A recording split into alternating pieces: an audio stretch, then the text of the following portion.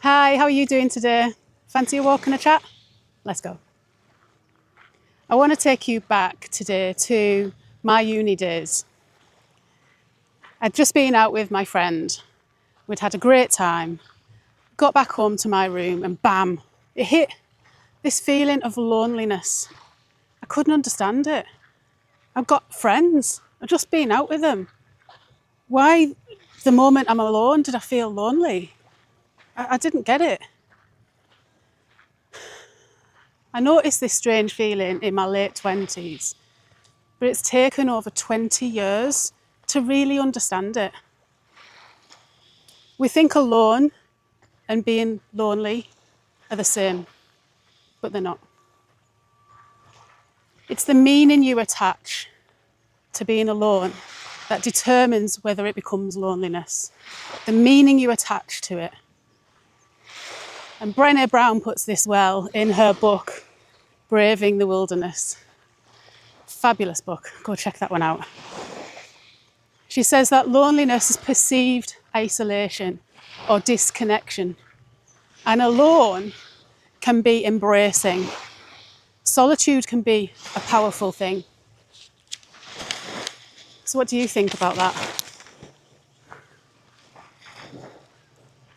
The realisation for me came about it came about from life experience. It took those 20-something years to interpret that being alone is as Brené suggests. I only read that book in recent years, and it just confirmed to me what I'd been understanding and grasping myself, that being alone can be empowering. And I think as a mother, it's embracing. It is embracing. It's liberating to be alone and have some alone time. Quite honestly, it's needed. A needed reset. In my last video, I talked about the Crone woman, and I mentioned some upsetting stats, really. How so many people in England alone, in that age bracket particularly, feel lonely. But it's not just the elderly. I think our younger generation are starting to feel like this as well. Is tech, social media, a part of that? Probably. Another thing Brené Brown mentions is how you feel around people. So you could actually be in the moment around people. So my story, I came away from people and felt that feeling. But you can actually be around people and feel lonely. Well, again, how is that? How is that? So she talks about the difference between belonging and fitting in. If I have to be like you, I fit in. If I get to be me, I belong. And those two statements really hit me hard. It made so much sense. If I have to be like you, I fit in. If I get to be like me, I belong. And I think that's key. I think as we age and as we understand this better, we do less of the people pleasing, less of the fitting in. We come back to ourselves. I've got an analogy of, like an hourglass or an egg timer, where it's big and then it goes small and then big again. I came across this a few years ago now on YouTube, where this hourglass represents our life.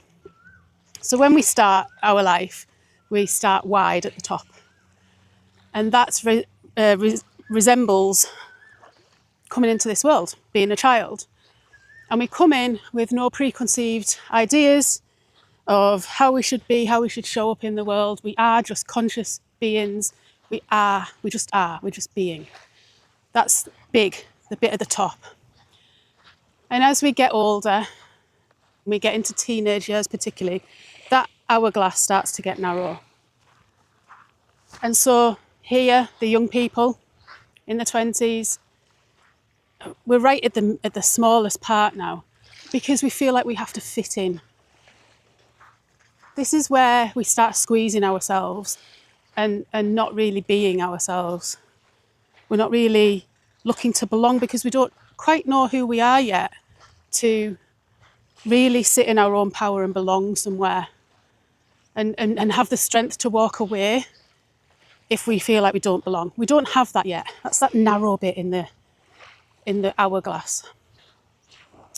So then comes sort of like, I don't like putting ages on things. Then comes sort of like our 40s, I'd say. A little bit more life experience, like in my example there. And that narrowing starts to open up a little bit. And by the time we get to maybe our Crone phase, it's back wide again. We're starting to understand ourselves more. We're starting to really get who we are, and we don't feel the need to fit in. We can actually belong.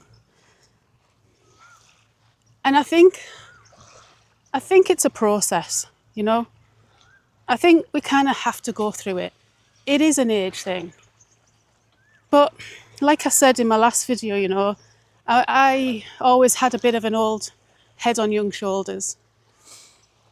And I don't think there's anything wrong with that. I don't feel like I missed my childhood or anything like that. I think we can sort of part wisdom on our younger generation, especially if they're needing help, especially if they're in their narrow bit and they're really feeling this isolation, this loneliness. They're perceiving being alone as a bad thing, a negative thing. So maybe we can impart this wisdom as we're older onto the younger generation to say, it's not a bad thing. We need to be alone. We need that reset. And go and find the groups, but find them with the mindset that you want to belong and not fit in. And it can be for the older generation too, you know, not just for everybody. Because I think when you find yourself alone for a long period of time, you might start and feel like it's embracing, but then it might go into loneliness. So understand that as well. I think that's something that the younger generation can understand for the older generation and bring them into society a bit more. Have them feel like they belong. Whoever they are, whatever they are, however they show up. Bringing in starting a community that doesn't dictate you need to be a certain way to fit in. And I think that goes for life, not just groups in general. How can we be more tolerant of others so they can actually belong? So, do you feel alone or lonely right now? Are you embracing that time of being alone? Or do you feel isolated in your loneliness?